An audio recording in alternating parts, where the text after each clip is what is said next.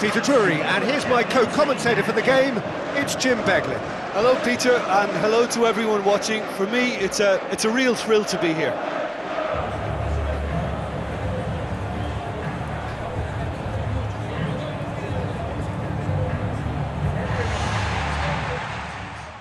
For all the controversies that Konami has faced this year, Pro Evolution Soccer is actually one of the publisher's most stable franchises. Pro Evolution Soccer, or PES, is available in 62 countries worldwide, and its overall sales figures, since the first game's debut in 2001, make it one of the best-selling franchises in all of gaming. Not bad for a series that's long considered to be living in the shadow of EA Sports' FIFA games. Pro Evolution Soccer 2014, released in September 2013, was the year the series began its most significant shift in visuals yet. It began to use a modified version of Kojima Productions' Fox engine and Havoc physics.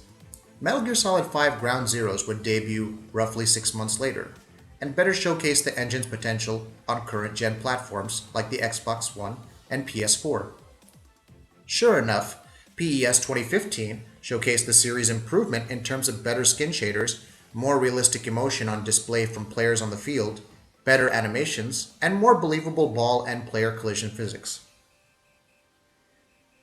We now come to Pro Evolution Soccer 2016, which is available on the PS4, Xbox One, and PC, along with Xbox 360 and PS3. It seems that this year's iteration has a lot more to live up to, especially after Kojima Productions upped its efforts with the Fox engine following the release of Metal Gear Solid 5 The Phantom Pain.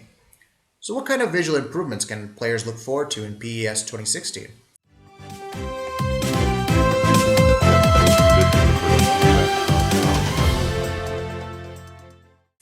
First, it's important to point out the rather strange resolution choice on the Xbox One compared to PS4. While the PS4 runs at 1920 by 1080 resolution, the Xbox One's resolution is rendered at 1360 by 1080. Why the odd choice, especially when FIFA 16 can maintain a full HD native resolution? Maybe the Fox engine just scales better on the PS4, though even Metal Gear Solid 5 The Phantom Pain's resolution was 1600 by 900 on the Xbox One. Perhaps Konami is just better at optimizing the Fox engine for the PS4 in this particular instance, but that's just our guess. Still, the decision for a sub 1080p resolution in the Xbox One version is interesting. Many other games like The Witcher 3 Wild Hunt and Call of Duty Advanced Warfare employ dynamic resolutions. The choice to stick with 1360 by 1080 feels somewhat better in this case, especially since the engine isn't switching pixels depending on available GPU resources. It's also much better than the 720p resolution we saw with PES 2015 last year, or in the majority of the Xbox One's launch titles. Microsoft has surely come a long way with its console's SDK in the past 2 years. Thankfully, as Metal Gear Solid 5 The Phantom Pain's performance exemplified, and that was no small game by any means, Pro Evolution Soccer 2016's performance across both platforms is rock solid. Performance can be considered similar to FIFA with a locked 60 frames per second and V-Sync employed. There are some frame drops during a match's opening ceremony or when camera angles are switched, but unlike the replays and celebrations in FIFA 16, which run at 30 FPS, PES 2016 runs at 60 FPS. The PS4 version sports better texture filtering, as noticed on player socks and attire. Overall, character models are excellent and identical across both the PS4 and Xbox One.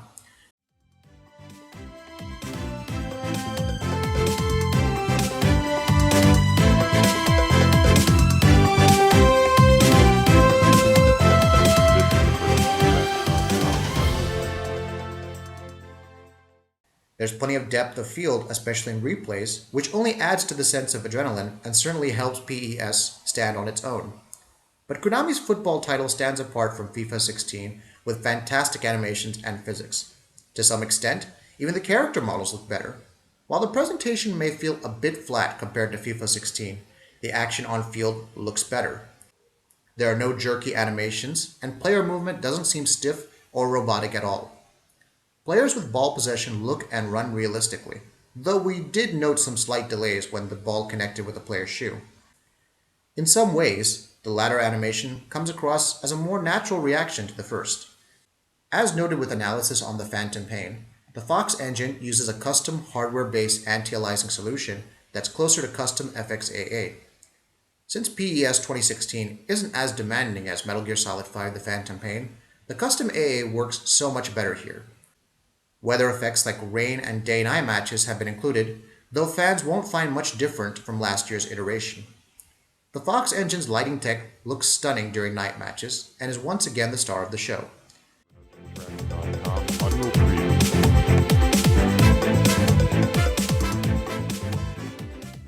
Now think about how good PES 2016 looks on PS4 and Xbox One, and compare it to how Metal Gear Solid 5 The Phantom Pain looked on consoles, while translating great to PC. Surely Konami kept the same level of quality in the PC version of PES 2016? Unfortunately, no. The graphics in PES 2016 on the PC are simply disappointing, coming across as more of an updated port from the previous generation rather than an entity separate from the PS4 and Xbox One. Texture filtering is vastly inferior to both console versions. Shader quality on character models seems to have dropped significantly. The lighting is flat, and the crowds look akin to PS2 level paintings than 3D polygons. What's worse is that there are only 3 graphical presets to choose from: low, medium, and high, and nothing more. Sure, it's priced the same as the previous gen versions, but is it really worth it in this case? Our hardware consisted of an Intel Core i7-5960X with 16GB of RAM and a Radeon R290 2X GPU.